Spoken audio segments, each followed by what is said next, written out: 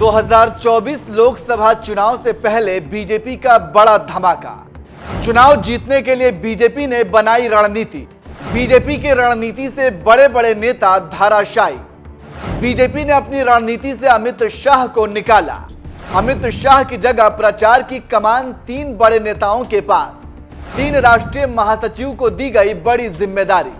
नमस्कार, मैं नियाज खान और आप देख रहे हैं एनएमएफ न्यूज। देश में कहीं भी चुनाव हो, बीजेपी हमेशा चुनाव के मूड में रहती है और बीजेपी का संगठन इसे बड़ी मुस्तैदी से लड़ता है, चाहे वो चुनाव मेयर का हो या विधानसभा या लोकसभा का। बीजेपी साल भर चुनावी मोड में रहती है और इसका जश्न भी बड़े शानदार तरीके से मनाती है। तभी तो बीजेपी को चुनावी मोड पार्टी कहा जाता है। आप देख लीजिए कि 2024 आने में अभी साल भर बाकी है, लेकिन बीजेपी का शीर्ष नेतृत्व अभी से काम शुरू कर दिया है और जिम्मेदारियां भी बांटने लगा है। उसी कड़ी में बीजेपी शीर्ष नेतृत्व ने प्रचार की कमान 3 काबिल महासचिवों को दिया है और इस जिम्मेदारी से अमित शाह को मुक्त कर दिया है। 2024 आने में और लोकसभा चुनाव का ऐलान होने में अभी 1 साल का समय है, लेकिन बीजेपी लोकसभा फतह करने के लिए अपनी रणनीति का पहला कदम चल दिया है। जी हां, खबरों की माने तो बीजेपी ने अपने लोकसभा चुनाव के लिए पहली बड़ी जिम्मेदारी 3 महासचिवों के कंधे पर डाल दिया है और ये महासचिव हैं सुनील बंसल, विनोद तावड़े और तरुण चुग। ये तीनों महासचिव आने वाले लोकसभा चुनाव में प्रचार की जिम्मेदारी संभालेंगे, लेकिन इसमें दिलचस्प बात यह है कि बीजेपी के इस वक्त के सबसे ताकतवर नेता अमित शाह को प्रचार के काम से मुक्ति दे दी गई है और आने वाले लोकसभा में चुनाव में प्रचार की जिम्मेदारी 3 नेताओं को दे दी है। बस इसी बात से राजनीतिक हलकों में तरह तरह के कयास लगाए जा रहे हैं। कुछ का कहना यह है कि लग रहा है कि शाह का भार कम किया जा रहा है, तो कुछ का कहना है कि प्रचार से हटाकर पार्टी कुछ और जिम्मेदारी देने वाली है। लेकिन राजनीतिक विश्लेषकों को शाह की छुट्टी खटक रही है।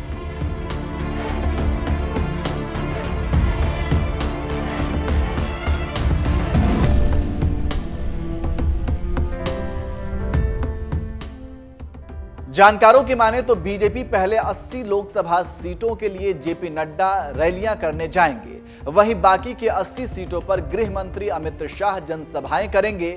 इन 160 सीटों पर पहले चरण का प्रचार अभियान पूरे होने के बाद पार्टी दूसरे चरण का प्रचार शुरू करेगी, जिसमें देश की बाकी बची 383 सीटों के लिए प्रधानमंत्री नरेंद्र मोदी और दूसरे बड़े नेताओं के कार्यक्रम तय किए जाएंगे। वहीं दूसरी तरफ विपक्ष अभी तक बिखरा हुआ नजर आ रहा है। विपक्ष के तमाम नेताओं ने कोशिश की, लेकिन अभी तक पीएम मोदी के खिलाफ 2024 के लोकसभा चुनाव में एक नेता नहीं ढूंढ पाए।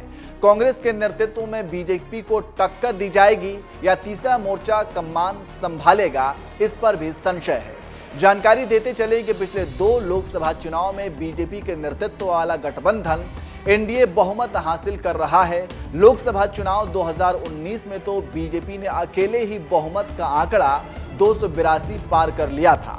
इन्हीं बातों से बीजेपी का हौसला बुलंद है और बीजेपी ने इस बार 400 सीट जीतने का टारगेट रखा है। देखना होगा कि यह टारगेट पूरा होता है या नहीं, लेकिन एक बात तो कही जा सकती है कि बीजेपी रणनीति और माहौल बनाने में आगे रहती है और आप जानते हैं कि चुनाव जीतने में माहौल का भी योगदान होता है।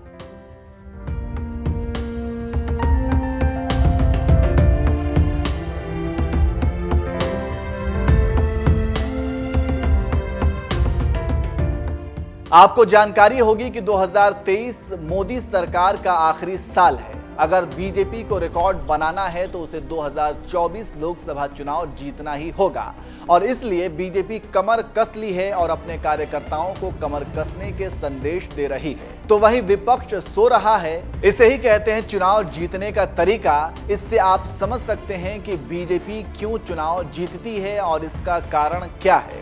वहीं विपक्ष बिखरा सो रहा है। राहुल गांधी यात्रा करने के बाद मौज कर रहे हैं और बीजेपी चुनाव की रणनीति बना रही है।